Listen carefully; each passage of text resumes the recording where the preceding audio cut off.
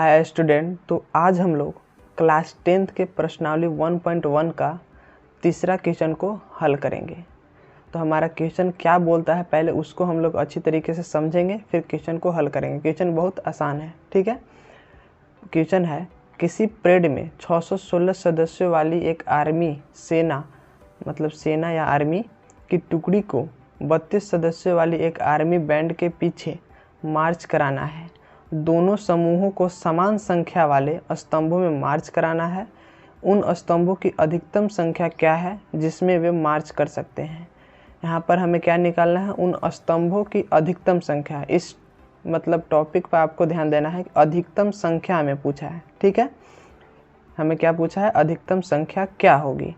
पहले देखिए 616 सदस्य हैं और एक सेना या आर्मी की टुकड़ी को 32 सदस्य वाले 32 सदस्य का एक बैंड बनाना है।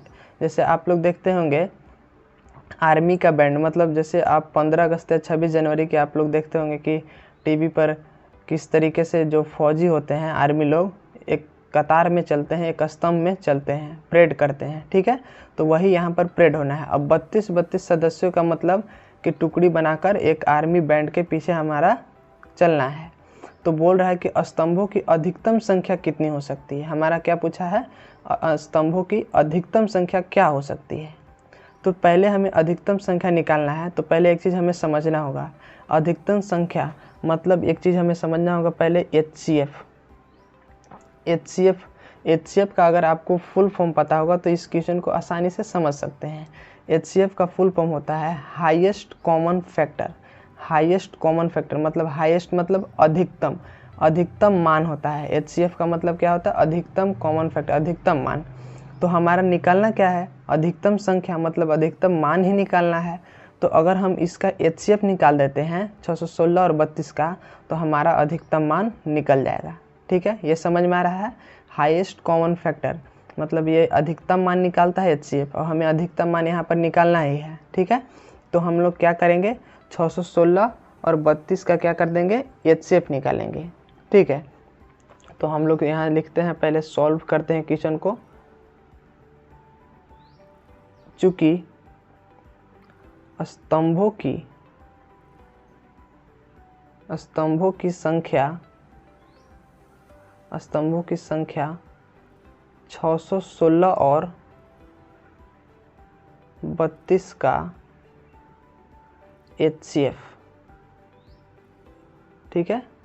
616 और 32 का हम लोग क्या कर देंगे, स्तंभों की अधिकतम संख्या 616 है और 32 का HCF हम लोग निकाल देंगे।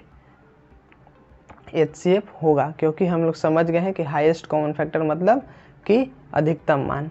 तो हम लोग फिर क्या करेंगे, इसका HCF हम लोग यूक्लिड विभाजन प्रमेय के अनुसार निकालेंगे, ठीक है। पिछले वीडियो में हम लोग यूक्लिड विभाजन प्रमेय का प्रयोग हम लोग ने पढ़ा है। अगर आप लोग वो वीडियो नहीं देखे हैं तो मैं डिस्क्रिप्शन में वीडियो का लिंक डाल दूंगा, आप लोग देख लीजिएगा, ठीक है।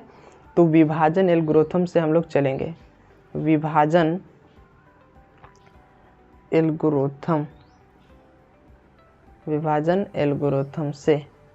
एल्गोरिथम का सूत्र क्या बोलता है कि भाज्य इज इक्वल टू भाजक गुना भागफल प्लस शेषफल। क्या बोलता है, भाज्य इज इक्वल टू भाजक गुना भागफल प्लस शेषफल, ठीक है।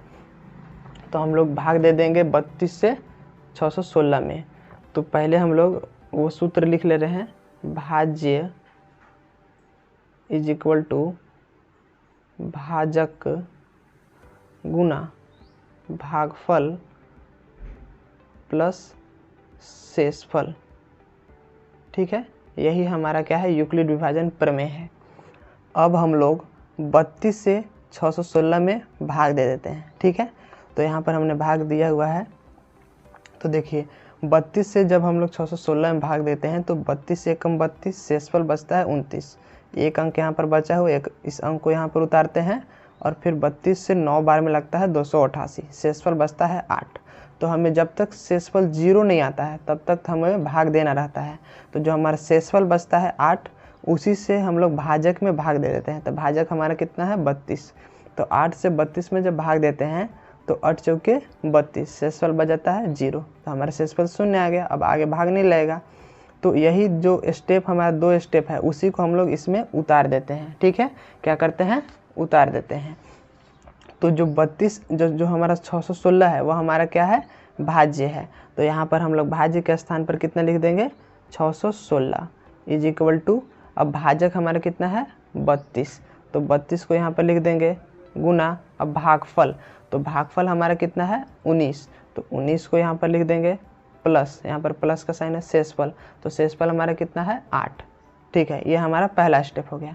अब दूसरा स्टेप में कितना है, तो दूसरा स्टेप में भाज्य कितना है 32, तो यहाँ पर 32 को लिख देंगे इज इक्वल टू, फिर हमारा भाजक कितना है, तो भाजक 8 है, तो 8 यहाँ लिख देंगे मल्टीप्लाई, अब हमारा भागफल कितना है, तो भागफल 4 है और शेषफल 0।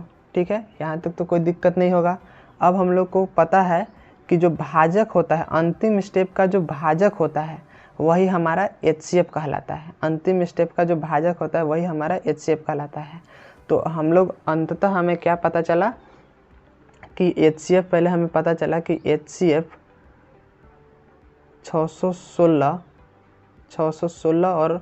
और 32 का HCF हमें कितना प्राप्त हुआ 8। ठीक है, 616 और 32 का HCF हमारा कितना प्राप्त हुआ 8। अब अंततः हमें क्या पता चला कि अतः स्तंभों की अधिकतम संख्या कितना है 8, क्योंकि HCF जो होता है वह अधिकतम मान के लिए ही निकाला जाता है। ठीक है, तो आप लोग को वीडियो समझ में आया हो तो वीडियो को एक लाइक कर दीजिए और चैनल पर नए हो तो चैनल को सब्सक्राइब कर दीजिए। Thank you.